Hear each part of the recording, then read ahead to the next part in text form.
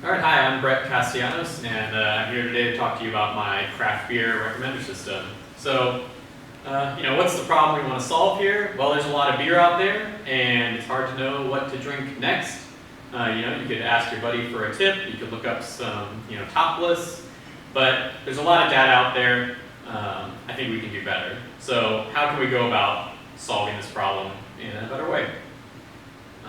Here's the process I'm going through. So we're gathering a whole lot of reviews from various beer rating sites out on the internet. I gathered about 10,000 beers, about 700,000 text reviews, and that's something like 40,000 authors.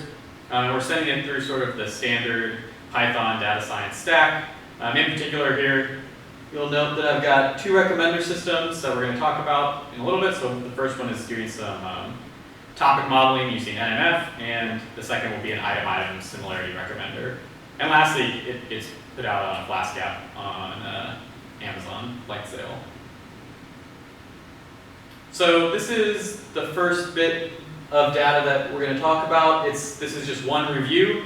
As you can see, it's a big block of text, but what we're going to notice is that we get some details that we miss if all we knew about this beer was that it was a cream ale, right? So we get some flavors, some specific flavors like sweet raspberry, and on the other side of the spectrum we sort of get a malt bitterness. And these sort of characteristics you would just miss out on if you knew nothing about this beer besides that it was a cream ale.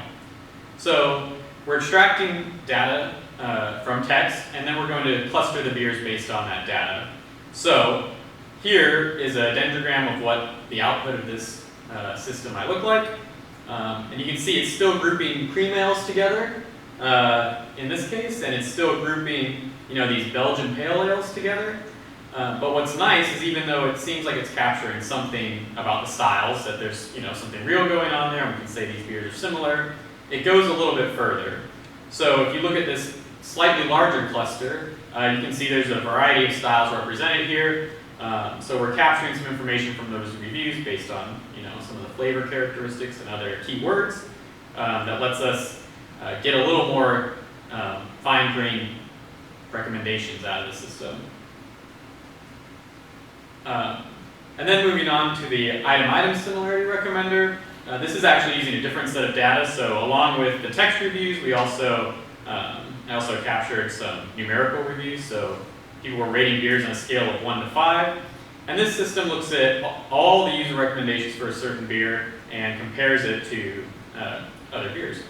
And we can find which ones are most similar. In this case, the input here was this German Pilsner from Austin Beer Works. It's Pearl Snap. And what's surprising here, at least it surprised me, is that if we look at these other recommendations, we've got Live Oak Brewing Company, we've got 5112 Brewing Company, and even, these are both other Austin breweries. And even the breweries that aren't in Austin, they're also just from the greater sort of Texas area. And I didn't realize that was going to come out of this user-user sort of similarity matrix, but it makes sense because if a user lives in an area, they're more likely to rate other beers, review other beers from the same region, or at least things that are distributed in that region. And even more, if they go to the brewery and actually do a review, right, they're probably going to review more than one beer. So that was a nice feature, and I'd imagine that generalizes in some ways to other item-item similarity recommenders. But now, so what's going on for the user if they come to the Flask app right now? They're going to see this input area. You can input any text you want. So for example, here I've got hops, pineapple, golden, citrus, and bright. And this review will get fed into our topic modeling system. It'll come up with the topics that are most nearby. And that output will also get filtered through the item-item similarity recommender. So when the user hits submit, they're going to get a list of recommendations out.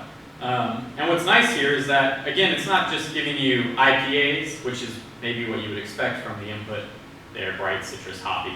But you get a big variety of beers for the user to go out and try, not just sort of the same information they could get from a top list of top IPAs in Austin or something like that.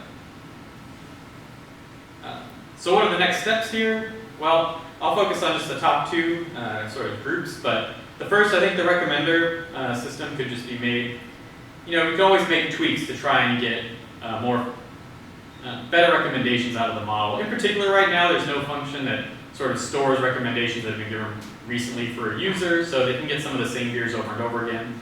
It'd be nice to have some filtering going on.